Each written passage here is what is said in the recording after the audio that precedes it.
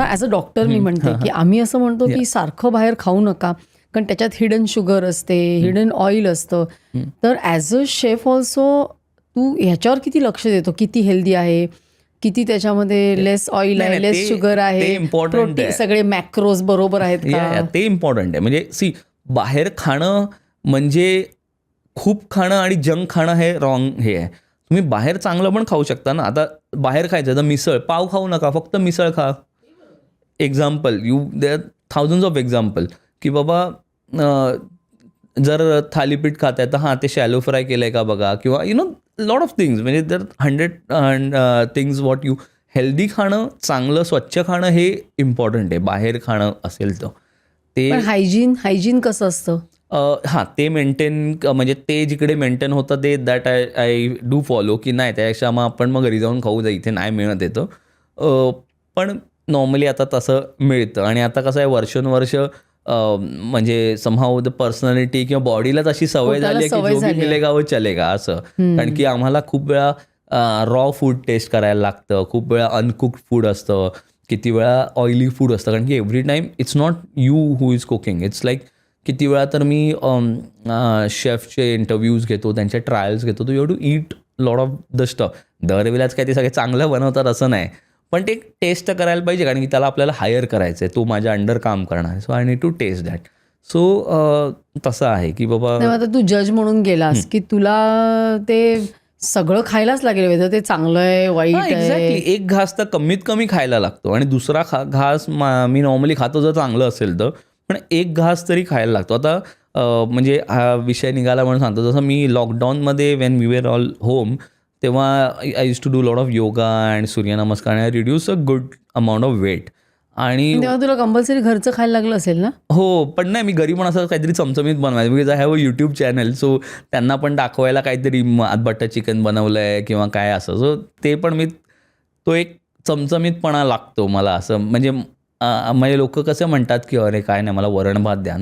मला आठवत नाही मी शेवटचा वरण भात कधी खाल्लाय. पण मला एक सांग, चमचमीत हे तेलकटच असायला लागतं का? नाही, दॅट इज व्हेरी रॉंग.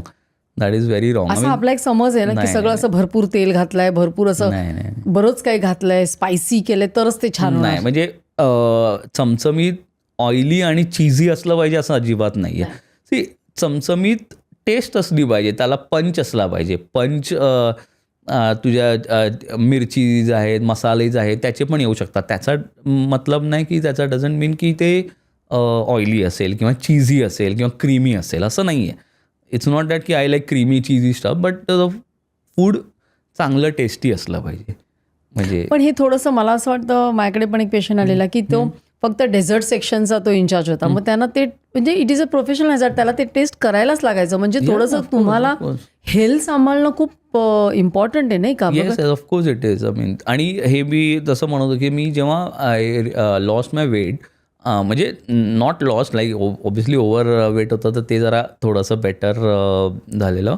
आणि जेव्हा मी पहिलं माझं कन्सल्टन्सी प्रोजेक्ट घेतला आणि I went there on first day, आणि मी आय गेस 56 डिशेस ट्राय केल्या त्या दिवशी. So 56, trust me, 56. And then प्रत्येक अर्धा चमचा तर खायला पाहिजे, कारण मला त्याला रिक्रूट करायचं आहे. इट वॉज लाईक 300 कवर्सचा बार होता पुण्यात. त्यांनी एवढ्या डिशेस केल्या? हां, कारण की ऑलमोस्ट 20 जण आलेले, 15 ते 20 जण ट्रायलसाठी आलेले. तर प्रत्येकाच्या 2 डिश 3 डिश, प्रत्येकाच्या पोस्टप्रमाणे डिश बनवतात. जर ज्युनियर असेल तर एखादी डिश असते, थोडं सिनियर 2, मग अजून सिनियर असेल ती. सो 56 घास तर मला खायला लागणार, की मला त्याला रिक्रूट करायचं आहे मला, म्हणजे असं.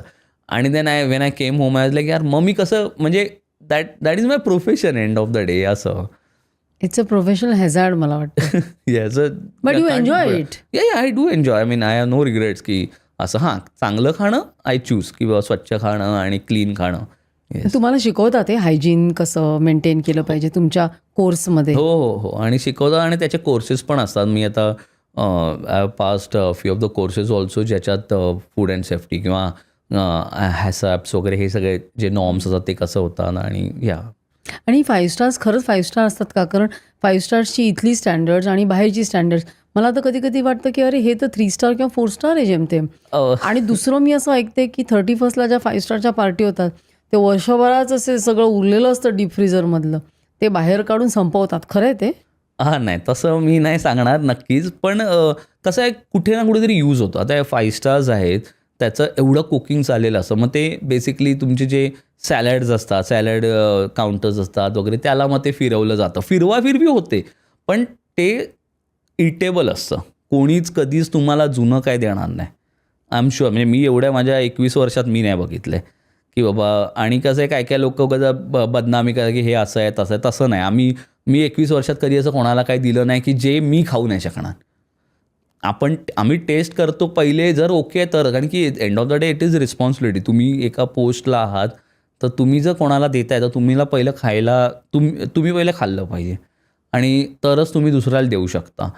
आणि 5 स्टार्सचं जसं तू बोलली, पण 5 स्टार्सला काय आहे ना, की आपल्याकडे इंडियात सगळ्यात मोठे ब्रँड म्हणजे 5 स्टार असं नाही आहे. बाहेर काय 3 स्टार्स असतात, 4 स्टार्स असतात. आपल्याकडे काय आपला XYZ ब्रँड आहे, 5 स्टार. असं नाही आहे ते. म्हणजे दॅट इज व्हेरी रॉंग. आपण म्हणतो की हे 5 स्टारला जाऊन आलो, पण ते खरंच त्याचे रेटिंग 5 स्टार आहेत का हे आपण नाही बघत. ही क्लिप शेवटपर्यंत बघितल्याबद्दल खूप खूप धन्यवाद. संपूर्ण एपिसोड बघण्यासाठी खाली दिलेल्या लिंकवर क्लिक करा आणि सर्व काही चॅनलला सबस्क्राईब करायला विसरू नका.